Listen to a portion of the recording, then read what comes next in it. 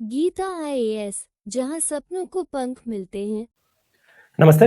देखिए, business standard में news है, बहुत सारे न्यूज़ हैं, लेकिन हम इंटीग्रेटेड पढ़ेंगे। पहला न्यूज़ देखिए, ये क्या लिखा हुआ है, Indian refineries upbeat on buying Iranian oil. ठीक है, एक न्यूज़ है ये, इकोनॉमी की न्यूज़ है। इसका इंडिया पे क्या इम्पैक्ट पड़ने वाला है, इंडिया से क्या इम्पैक्ट है, जोड़ेंगे इसको भी। ठीक है, एक ये है और एक क्या है, पेज नंबर 6 और पेज नंबर 8 और 10 पे है, जो कि ये एक ही न्यूज़ लिंक है एक दूसरे से। तो पेज नंबर 6 पे कौन सा न्यूज़ है, देखते हैं पहले।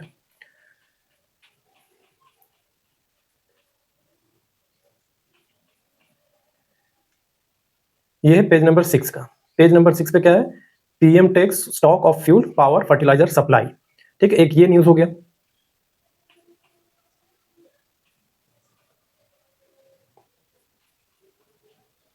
और एक पेज नंबर 8 पे एक ये न्यूज़ है, US Iran threaten to hit power energy site. मतलब क्या है कि यूएस जो है ईरान को बोल रहा है कि मैं तुम्हारे जो एनर्जी बिजली सेक्टर है या पावर ग्रिड वाले सारे सिस्टम है, मैं उसको तबाह कर दूंगा। तो बदले में ईरान क्या कह रहा है, अगर तुमने तबाह किया तो मैं भी तुम्हारे जो भी मिडिल ईस्ट में जितने भी पावर सेंट्रिक डिफेंस वाली चीजें हैं, मैं उसको तबाह कर दूंगा। ठीक, एक ये न्यूज़ है।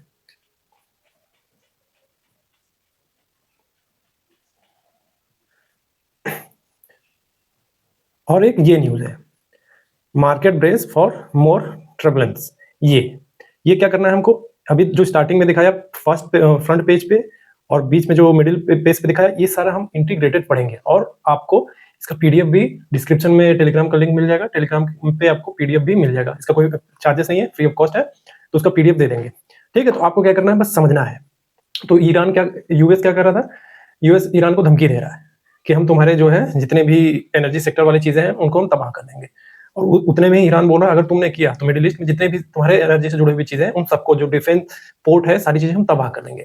यही हमें देखना है कि अमेरिका का मिडिल ईस्ट में कहाँ कहाँ डिफेंस की चीजें हैं, इंडिया पे इसका इकोनॉमिक इम्पैक्ट क्या पड़ने वाला है, ये सारी चीजें हम समझेंगे। ठीक है, एक एक करके। ये दिख रहा है, ये है स्टेट ऑफ हॉर्मुज। ठीक है, तो इसी को अमेरिका बोल रहा है ईरान को कि अगर तुमने इस पे कोई भी नाकाबंदी या कुछ भी ऐसा किया तो हम तुमको तबाह कर देंगे, तुम्हारे एनर्जी सेक्टर वगैरह पे हम बमबारी वगैरह करेंगे। तो ईरान ने कहा, अगर तुम करोगे तो हम भी पीछे नहीं हटेंगे, हम भी तुमको मारेंगे। ठीक है, तो सीधा सीधा अमेरिका क्या करा, धमकी दी कि अगर स्टेट ऑफ हॉर्मुज नहीं खोला तो क्या करेंगे, अमेरिका जो है ईरान के बिजली घरों पर हमला कर देगा। तो ईरान क्या कह रहा है, ईरान इस मूड में है कि करके बताओ, एक बात तुम करो। और धमकी भी दे रहा है कि अगर ऐसा किया तो तुम्हारा जितने भी मिडिल ईस्ट यानी गल्फ सेक्टर में, गल्फ कंट्री में, पूरे खाड़ी क्षेत्र में जितने भी एनर्जी इंस्टॉलेशन है, हम सबको तहस नहस कर देंगे, सब कुछ तहस नहस कर देंगे। अभी हम समझेंगे एनर्जी इंस्टॉलेशन क्या होता है। ठीक है, तो अब सवाल ये है कि जो पूरे खाड़ी क्षेत्र है, तो अमेरिका का खाड़ी क्षेत्रों में कहाँ कहाँ डिफेंस से जुड़ी हुई चीजें हैं, यानी स्ट्रेटेजिक लोकेशन कहाँ कहाँ क्या क्या है, हम उसको भी देखेंगे। तो पूरे खाड़ी क्षेत्र में मौजूद अमेरिका से जुड़े या अमेरिकी हित वाले ऊर्जा ठिकानों को निशाना बनाएगा ईरान। तो अमेरिका का ठिकाना कहाँ कहाँ है मिडिल ईस्ट में, हम उसे देखते हैं। देखिए, ये पहला लोकेशन दिख रहा है, इसका नाम है अल उदीद एयरबेस, यानी ये कतर में है। ये कतर में अल उदीद एयरबेस है, अमेरिका का है। ये पूरे मिडिल ईस्ट में अमेरिका का सबसे बड़ा सैन्य अड्डा है। ठीक है, लगभग 10,000 अमेरिकी सैनिक यहाँ पे तैनात रहते हैं। तो ये अमेरिकी सेना के सेंट्रल कमांड का मुख्यालय है, हेडक्वार्टर है, अमेरिकी सेना का सेंट्रल कमांड है ये यहाँ से क्या होता है, इस जगह से अल उदीद एयरबेस से, यहाँ से पूरे क्षेत्र में हवाई हमले, जासूसी, ईंधन भरने के काम, ये सारा चीजें यहीं से ये सारे अभियान चलाए जाते हैं। तो ये एयरबेस है कतर में अमेरिका का। तो अगर यहाँ हमला हुआ तो अमेरिका की जो पूरी सैन्य क्षमता है वो खत्म हो जाएगी। यानी ईरान क्या कह रहा है कि तुम्हारा जितना भी मिडिल ईस्ट में डिफेंस वाला स्ट्रेटेजिक लोकेशन है, सबको तबाह कर देंगे। तो स्ट्रेटेजिक लोकेशन में ये भी आता है। ठीक है, तो हम एक एक करके देख रहे हैं कि अमेरिका का लोकेशन कहाँ कहाँ है। तो ये कतर में है। देखिए, दूसरा लोकेशन दिख रहा है बहरीन, ये बहरीन में है, ये नौसेना का गढ़ है। ठीक है, नेवल सपोर्ट एक्टिविटी बहरीन।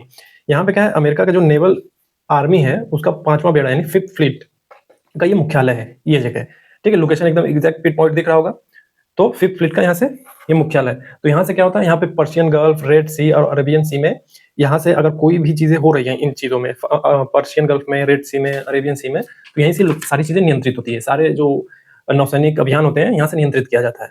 तो ये जो पोर्ट है अमेरिकी की जो युद्ध पोत है, विमान वाहक है, उनके लिए सबसे इंपॉर्टेंट लोकेशन है। ठीक है, इंपॉर्टेंट लोकेशन, अगर इसको उड़ा दिया गया ईरान के द्वारा तो अमेरिका कमजोर पड़ेगा। तीसरा लोकेशन दिख रहा है कुवैत। ठीक है, स्क्रीन पे देखेंगे तो कुवैत, ये जो पिन पॉइंट लोकेशन दिख रहा है ना, ये है कैंप अरिफजान। यहाँ से क्या होता है, अमेरिकी सेना का जो जमीनी घटक है उसका मुख्यालय है। ठीक है। तो यहाँ से इराक, सीरिया और क्या क्या करता है, यहाँ से अन्य जगहों पे सैन्य अभियानों के लिए लॉजिस्टिक और सप्लाई करता है। ठीक है, तो यहीं से सारी चीजें भेजी जाती है। और जो ये कैंप अफरीजान है, यहाँ पे करीब 13,000 अमेरिकी सैनिक तैनात हुए। ठीक है, तो लोकेशन आपको दिख रहा होगा पूरा क्या क्या है। अभी एक और तस्वीर देखेंगे तो समझ में आएगा। देखिए एक और तस्वीर देखिए, ये कैंप अफरीजान, ये लोकेशन पूरा दिख रहा है, लोग दिख रहे हैं। यहाँ पे इसका पूरा बेस है।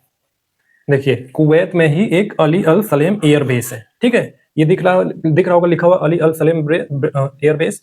तो यहाँ पे क्या है, ये देखिए, ये है अली अल सलेम एयर बेस, पूरा ठिकाना बना हुआ है कुवैत में। ये क्या है, अमेरिका का ही पूरा ठिकाना है। ठीक है, तो यहाँ से क्या होता है, यह हवाई अड्डा है एक पूरा का पूरा। ठीक है, यहाँ पे से ड्रोन और हवाई परिवहन का केंद्र है। तो यहाँ पे जैसे MQ-9 रीपर करके एक ड्रोन है, यहाँ से काफी उड़ाने में या फिर लोकेशन पता करने में ये डिफेंस सिस्टम यहाँ से काम करता है। तो अभी मैं आपको दिखाता हूँ MQ-9 रीपर क्या है। ये दिख रहा है, ये क्या है, MQ-9 रीपर एक ड्रोन है। और ये कहाँ है, ये अली अल सलेम एयर बेस पे तैनात है। ठीक है, निगरानी वगैरह रखना, ये सारा काम ये करता है। देखिए चौथी लोकेशन है अमेरिका का ठिकाना संयुक्त अरब अमीरात में, वायुसेना का केंद्र है। कौन सा, पहला देखिए अल दाफरा एयरबेस, लोकेशन दिख रहा है, रेड में दिख रहा होगा, अल दाफरा एयरबेस लिखा हुआ है। ठीक है, ये क्या है, ये अमेरिकी वायुसेना का सबसे महत्वपूर्ण केंद्र है। यहाँ से क्या होता है, F-22 F-35 जैसे लड़ाकू विमान होते हैं, जासूसी विमान होते हैं, AWACS और MQ-9 रीपर ड्रोन यहीं से उड़ाए जाते हैं। ठीक है, अभी आपको थोड़ा और दिखाते हैं। देखिए लोकेशन देखिए, ये है अल दाफरा एयरबेस, इमेज थोड़ा क्लीन नहीं होगा, अल दाफरा एयरबेस। ठीक है, यहीं से F-22 F-35 जासूसी विमान MQ-9 रीपर जैसे ड्रोन वगैरह यहीं से उड़ाए जाते हैं। यह है अल दाफरा एयरबेस, अमेरिका का है, संयुक्त अरब अमीरात में है। देखिए संयुक्त अरब अमीरात में ही एक है Jebel Ali port, Jebel Ali port, port of Jebel Ali. ठीक है, यहाँ क्या है, ये मिडिल ईस्ट में अमेरिकी नौसेना का सबसे बड़ा पोर्ट है, जहां से अमेरिकी युद्धपोत नियमित रूप से आते जाते रहते हैं। ठीक है, तो अगर यहाँ पे भी हमला किया ईरान तो भी गया। ये पिन पॉइंट लोकेशन दिख रहा है आपको, वो जो रेड से बना हुआ है वही है, वही पे है जेबल अली पोर्ट। ठीक है, क्या है, यहाँ पे मिडिल ईस्ट में अमेरिकी नौसेना का सबसे बड़ा बंदरगाह है। यहीं से अमेरिकी युद्धपोत नियमित रूप से क्या करते हैं, मूव करते रहते हैं इधर उधर। जेबल अली पोर्ट, ये देखिए, ये पांचवा है सऊदी अरेबिया में। ये लोकेशन दिख रहा है प्रिंस सुल्तान एयरबेस, प्रिंस सुल्तान एयरबेस जो रेड से है, येलो दिख रहा होगा, प्रिंस सुल्तान एयरबेस। ये क्या है, एक अड्डा है, एयर डिफेंस के लिए एक अहम है। क्या, एयर डिफेंस के लिए अहम है। यहाँ पे क्या है, अमेरिका का ही एक अड्डा है सऊदी अरेबिया में। तो प्रिंस सुल्तान एयरबेस में क्या है, यहाँ पे पैट्रियट मिसाइल सिस्टम और third advance missile defence system तैनात रहता है यहाँ पे, जो पूरे क्षेत्र में मिसाइल हम लोग को रोकने का काम करता है। तो भूलेंगे नहीं, प्रिंस सुल्तान एयरबेस अमेरिका का है। देखिए स्क्रीन पे देखिए, यहाँ पे आपको दिख रहा होगा पोर्ट ऑफ दुकम, ओमान में देखेंगे, ओमान कंट्री है। ठीक है, गल्फ ऑफ ओमान दिख रहा होगा लिखा हुआ, अरेबियन सी, और उसके नीचे देखेंगे तो पोर्ट ऑफ दुकम लिखा होगा, DUQM, पोर्ट ऑफ दुकम। तो ये क्या है, एक पोर्ट है, पोर्ट है तो स्ट्रेटेजिकली ये बहुत ज्यादा इंपॉर्टेंट प्लेस है। क्यों, क्योंकि स्टेट ऑफ हॉर्मुज, अगर स्टेट ऑफ हॉर्मुज आप देखेंगे तो उससे बाहर स्थित है। अगर ईरान ने हॉर्मुज बंद कर दिया, ये स्टेट ऑफ हॉर्मुज अगर बंद कर देता है, तो नौसेना यहाँ से अपना अभियान, अमेरिकी जो नौसेना है यहाँ से अपना अभियान चला ले सकती है। तो एक सुरक्षित बैकअप प्लान है एक तरीके का। ठीक है, अगर यहाँ पे भी मान लीजिए ईरान हमला कर दिया तो ईरान को पता है कि कहाँ कहाँ बेस है अमेरिका का पूरा। ठीक है, तो इसलिए ईरान ने कहा कि अगर हमारे एनर्जी इंफ्रास्ट्रक्चर पर हमला हुआ तो हम नहीं छोड़ेंगे।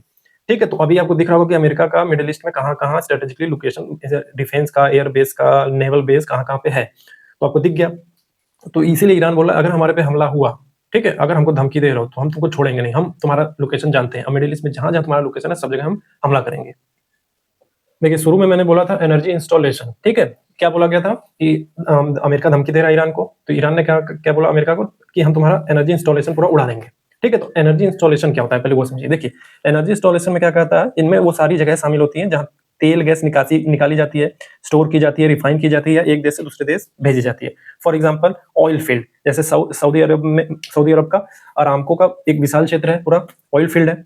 रिफाइनरिया का है जहाँ कच्चा तेल जो है, कच्चा तेल को पेट्रोल और डीजल में बदला जाता है। ठीक है, निर्यात टर्मिनल जहां से टैंकरों में तेल लोड होता है, पाइपलाइन, बिजली संयंत्र जो इन सुविधाओं को चलाते हैं। ठीक है, तो ये जो चार चीजें मैंने बताई, इनके अलावा भी इन सबको क्या बोला जाता है, एनर्जी इंस्टॉलेशन।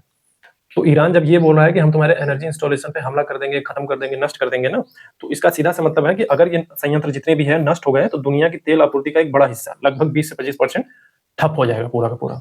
तो अभी आपको ये समझ में आ गया होगा कि स्टेट ऑफ हॉर्मुज इतना इंपॉर्टेंट क्यों है। दुनिया का लगभग 20% तेल और LPG गुजरता है यहाँ से, अगर ये बंद हो गया तो क्या असर पड़ेगा, तो अंदाजा लग ही रहा होगा। तो एक दूसरे को धमकी दे रहे हैं। अगर इनके बीच में अगर कुछ हुआ तो झेलेगा, भारत भी झेलेगा, भारत जैसे और भी कंट्रीज झेलेंगी, लेकिन वो क्या इम्पैक्ट होगा हम बात करेंगे उस पर भी। तो अब देखिए इंडिया की स्थिति क्या है इस मामले में। अभी आपको दिखा दिया कि अमेरिका का डिफेंस सिस्टम, डिफेंस लोकेशन कहाँ कहाँ है, सारी चीजें हमने बात करी, ठीक है। अमेरिका धमकी दे रहा है, ईरान भी एक दूसरे को धमकी दे रहा है, लेकिन भुगतेंगे डेवलपिंग कंट्री। तो इंडिया की स्थिति क्या है देखिए, पहले हम थोड़ा समझेंगे बैकग्राउंड। देखिए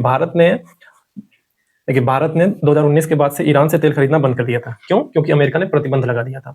अभी आपके मन में ये आएगा कि अमेरिका ने प्रतिबंध लगा दिया था तो उससे हमसे क्या लेना देना, हम तो सोवरेन कंट्री है, ठीक है। ऐसा सोचना ठीक है। तो अमेरिका कौन होता है हमें ये बताने वाला कि हम क्या करेंगे क्या नहीं करेंगे, ठीक। देखिए ऐसा क्यों हुआ, क्यों प्रतिबंध लगा दिया था, ऐसा क्यों हुआ था? इसका जवाब ये है कि 2018 में अमेरिका ने ईरान पर प्रतिबंध लगाए थे। अमेरिका ईरान के परमाणु कार्यक्रम और क्षेत्रीय गतिविधियों से खुश नहीं था। अमेरिका ने ईरान की तेल निर्भर अर्थव्यवस्था को कमजोर करने के लिए बहुत ज्यादा प्रतिबंध लगाए। तब क्या हुआ, तब डोनाल्ड ट्रंप ने ईरान से तेल खरीदने वाले देशों पर दबाव बनाना शुरू किया, प्रेशर क्रिएट किया, ठीक है। तो नवंबर 2018 में अमेरिका ने 8 देशों को 6 महीने की छूट दी।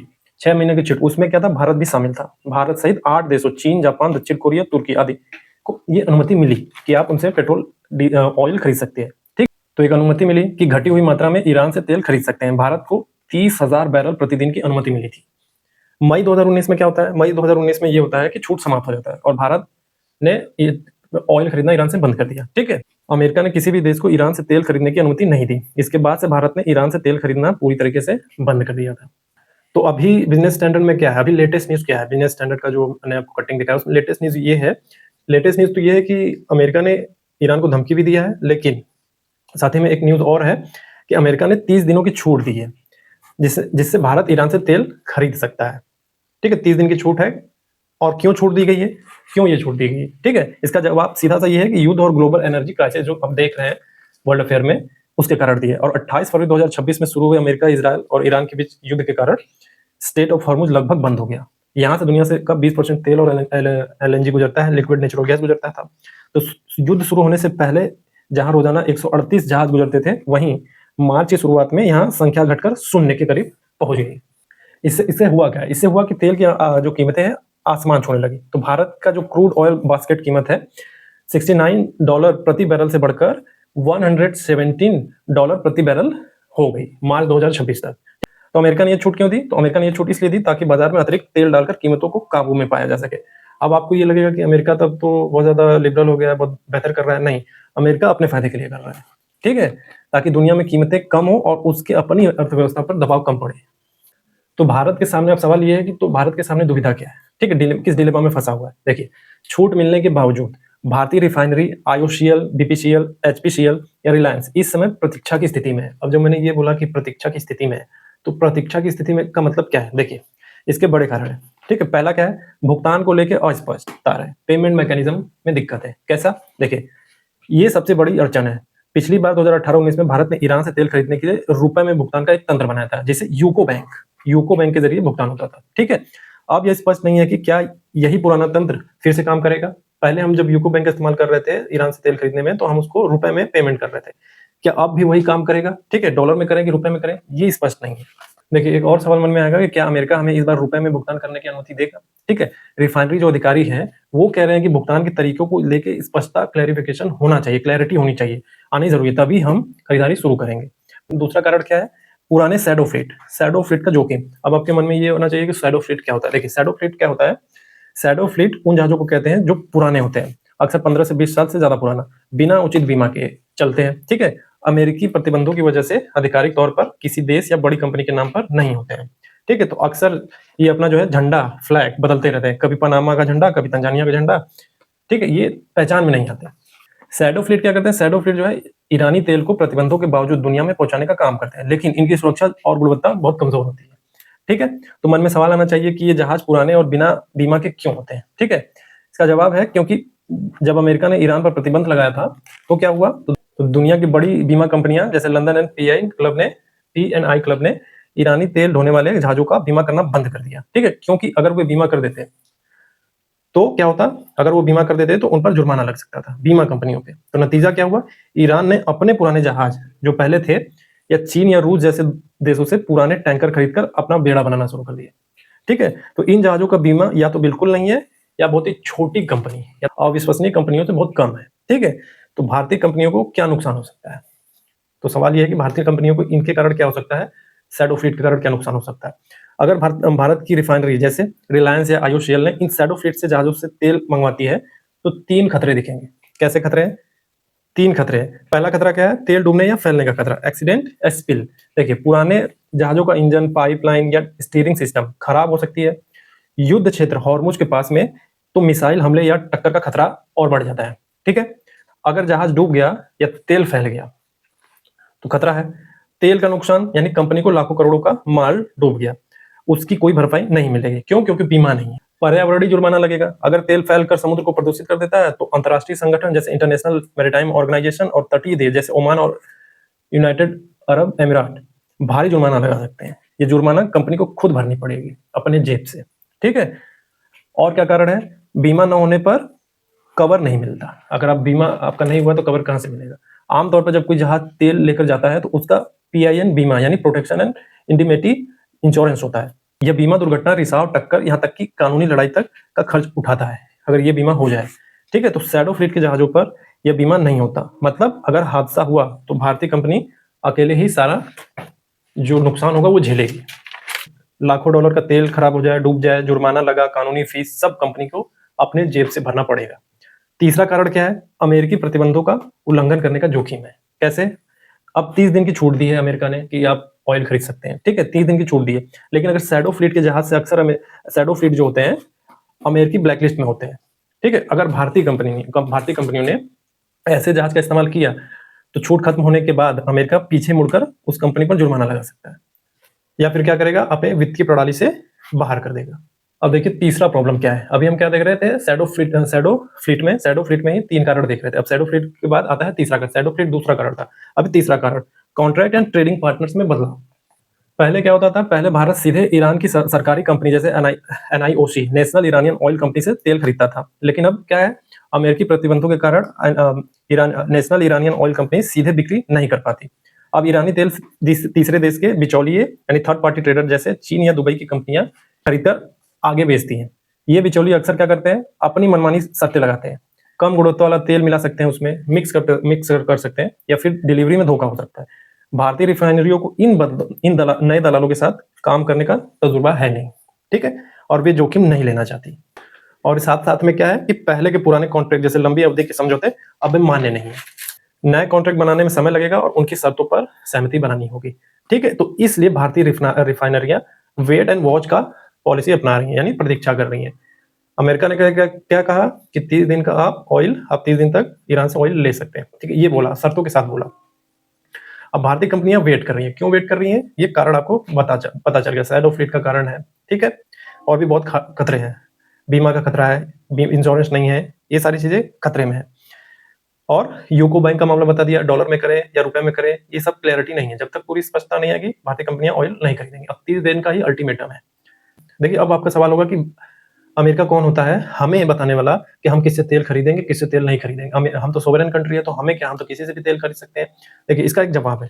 क्या जवाब है? देखिए, ये सोचना आपका ठीक है कि हम सोवरेन कंट्री है तो हम तो किसी से भी तेल खरीद सकते हैं। ठीक है, लेकिन देखना होगा कि ऐसा क्यों है, अमेरिका ऐसा कैसे कर रहा है। तो इसका जवाब है पावर, ताकत। अमेरिका एक ताकतवर कंट्री है। देखिए, पहला सवाल ये है कि अमेरिका के पास तो इतनी ताकत क्यों है। पहला ये, अमेरिका जो है अपनी आर्थिक और सैन्य ताकत के दम पर ये करता है। ठीक है, तो ये ताकत जो है मेनली 3 चीजों से आ रही है। पहला क्या है? डॉलर का दबदबा, डॉलर हेजेमनी। दुनिया का लगभग 80% तेल व्यापार अमेरिकी डॉलर में होता है, यानी भारत चाहे जिस देश से भी तेल खरीदे उसे डॉलर में भुगतान करना पड़ेगा। ठीक है, तो ये भुगतान अमेरिकी बैंक को या अमेरिकी नियंत्रण वाली वित्तीय प्रणाली स्विफ्ट सिस्टम से होके गुजरेगा। ठीक है, अगर अमेरिका कह दे कि इस देश से तेल खरीदने वाले किसी भी बैंक को इस ब्लैकलिस्ट कर देंगे हम, तो क्या होगा? तो कोई भी बड़ा बैंक उस जोखिम को नहीं लेना चाहेगा। तो भारत के बैंक भी अमेरिकी प्रणाली से जुड़े हुए हैं। अगर उन पर प्रतिबंध लगा तो वे विदेशी लेन देन नहीं कर पाएंगे। दूसरा कारण क्या है?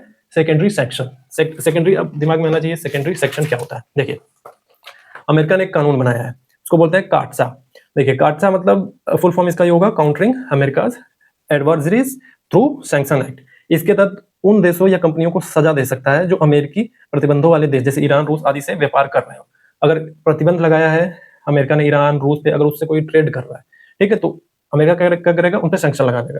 तो इसे सेकेंडरी सैंक्शन कहते हैं, ठीक है। तो और इसका मतलब समझिए, अगर भारत की कोई कंपनी ईरान से तेल खरीदती है तो अमेरिका उस कंपनी पर जुर्माना लगा सकता है, उसकी अमेरिकी संपत्ति जब्त कर सकता है, या उसे अमेरिकी वित्तीय प्रणाली से बाहर कर सकता है। ये सब अमेरिका कर सकता है, ठीक है। तीसरा बड़ा कारण क्या है, देखिए, सैन्य और राजनीतिक दबदबा है। दुनिया की सबसे बड़ी नौसेना जो है अमेरिका के पास ही है। अब सबसे बड़ा सवाल आपके मन में ये आना चाहिए कि भारत दबाव में क्यों आता है, ठीक है। क्या भारत कमजोर है, आपके मन में आता ही होगा, तो क्या भारत कमजोर है? तो इसका जवाब है, देखिए, भारत कमजोर नहीं है, ठीक है। आप इसको दबाव बोल सकते हैं, हम इसको क्या बोलेंगे, स्ट्रेटेजी, ठीक है।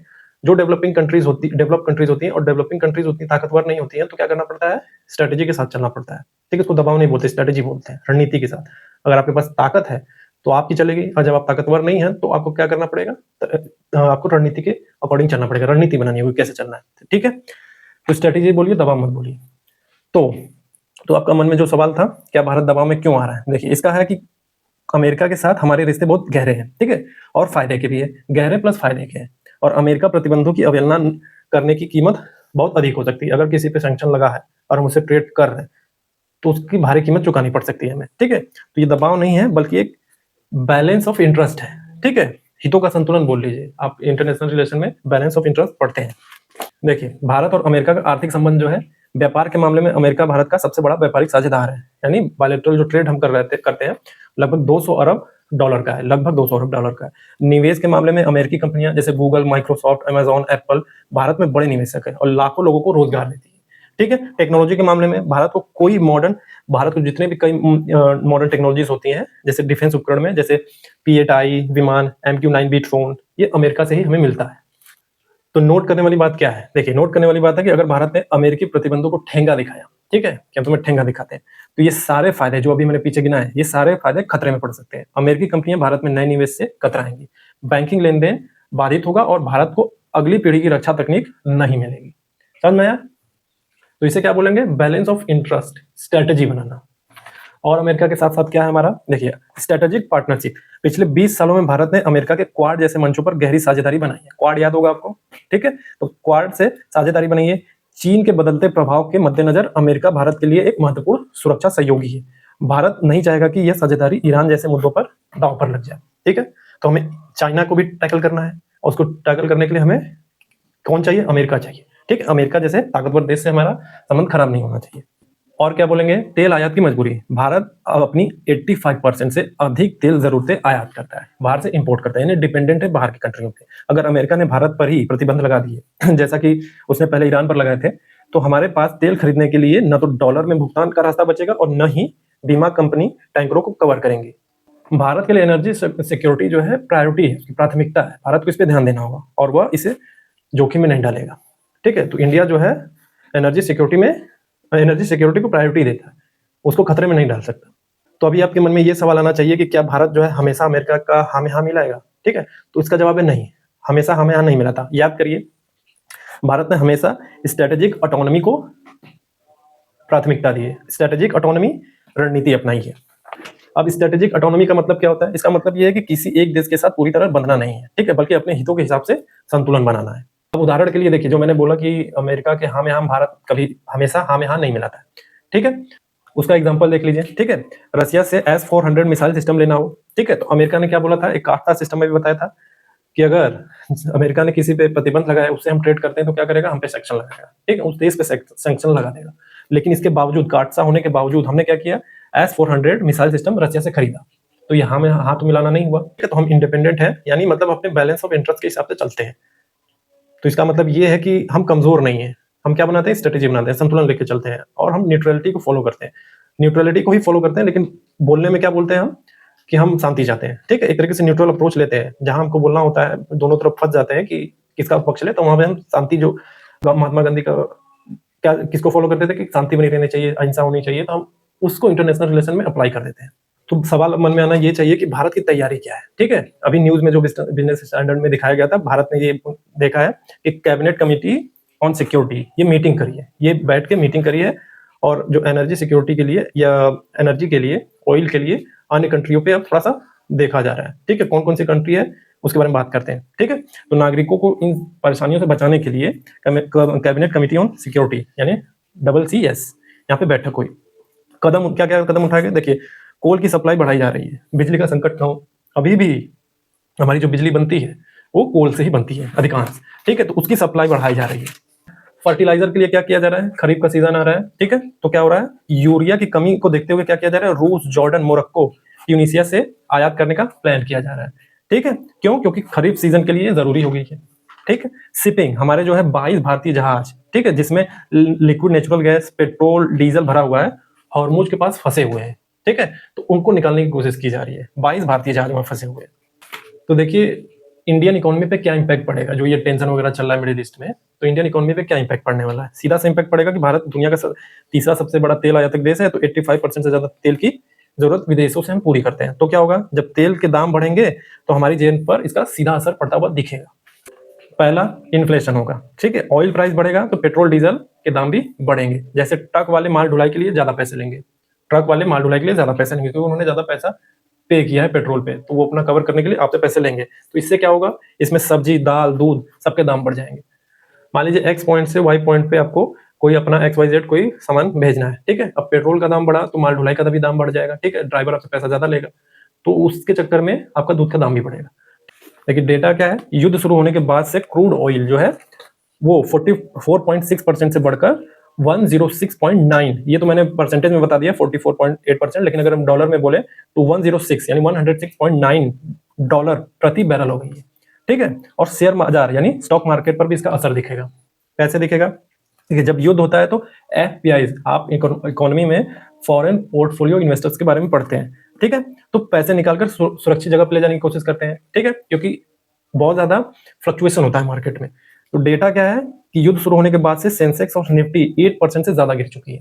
देखिए विदेशी निवेश जो है, विदेशी निवेश मार्च के महीने में, मार्च 2026 मार्च के महीने में विदेशी निवेशकों ने भारतीय बाजार से लगभग 82,700 करोड़ डॉलर 700 करोड़ रुपए निकाल लिए, ठीक है, और ये अक्टूबर 2024 के बाद से सबसे बड़ी निकासी है। देखिए जो एक्सपर्ट्स हैं, जो इकोनॉमिस्ट हैं, वो क्या बोल रहे हैं कि हॉर्मुज का रास्ता अगर नहीं खुला, ठीक है, नहीं खुला, तो ये गिरावट जो है चलती रहेगी। जो आप देख रहे हैं ना कि पैसा कमजोर होता जा रहा है, हमारा रुपया कमजोर होता जा रहा है, ये इन्हीं सब का कारण है। और भी अगर हॉर्मुज, स्टेट ऑफ हॉर्मुज नहीं खुला तो ऐसे ही रुपया और गिरता चला जाएगा, ठीक है, तो रुपए में गिरावट हो रही है, कंपनियों के मुनाफे पे असर पड़ेगा, ये सब चीजें होगा। तो अभी तक जितना मैंने बोला, अभी उसको निष्कर्ष रूप में बोलते हैं तो क्या बोलेंगे कि भारत के सामने जो है डबल एज स्वॉर्ड है, यानी दो धारी तलवार जैसी स्थिति है।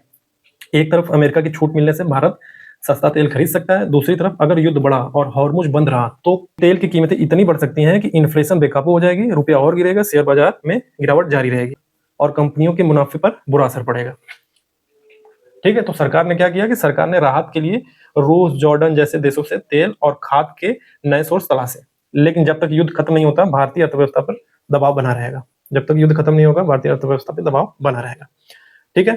तो आपको क्या किया गया, ये पूरा जो न्यूज था, ये बिजनेस स्टैंडर्ड का Indian refineries update on buying Iranian oil, इसके बारे में पता चला, ठीक है, सबका इंटरलिंक करके बताया गया है। अब जब आप पढ़ेंगे PM टेक्स स्टॉक, आप इधर से देखिए PM, ये दिख रहा होगा PM takes stock of fuel power and fertilizer supply, ये इसके बारे में पता चला होगा। इन्होंने कैबिनेट कमेटी ऑन सिक्योरिटी की मीटिंग की और ये डिसीजन लिया है, ठीक है। जॉर्डन, रूस, हम अन्य विकल्प देखेंगे। और मैंने क्या बताया था कि US Iran threaten to hit power energy, तो US ने क्या बोला कि हम ईरान को धमकी दे रहा है कि हम तुम्हारे बिजली वाले सेक्टर पे सारी चीजों पे हमला करेंगे। तो ईरान ने भी धमकी दे दिया कि हम तुम्हारे डिफेंस का जो भी मिडिल ईस्ट में उसको खत्म कर देंगे। और डिफेंस, अमेरिका का डिफेंस सिस्टम कहाँ कहाँ लगा हुआ है वो लोकेशन आपने देखा। और ये market brace for more turbulence, foreign portfolio investors, और कितना पैसा यहाँ से निकाल लिया गया, ठीक है, तो ये आपको बता दिया गया। तो अभी तक जितना जो मैंने आपको एक्सप्लेन किया वो समझ में आया होगा, ठीक है, तो आपको पता चल गया होगा कि भारत की स्थिति क्या है। अभी मिलेंगे अगले वीडियो में, ठीक है, थैंक यू।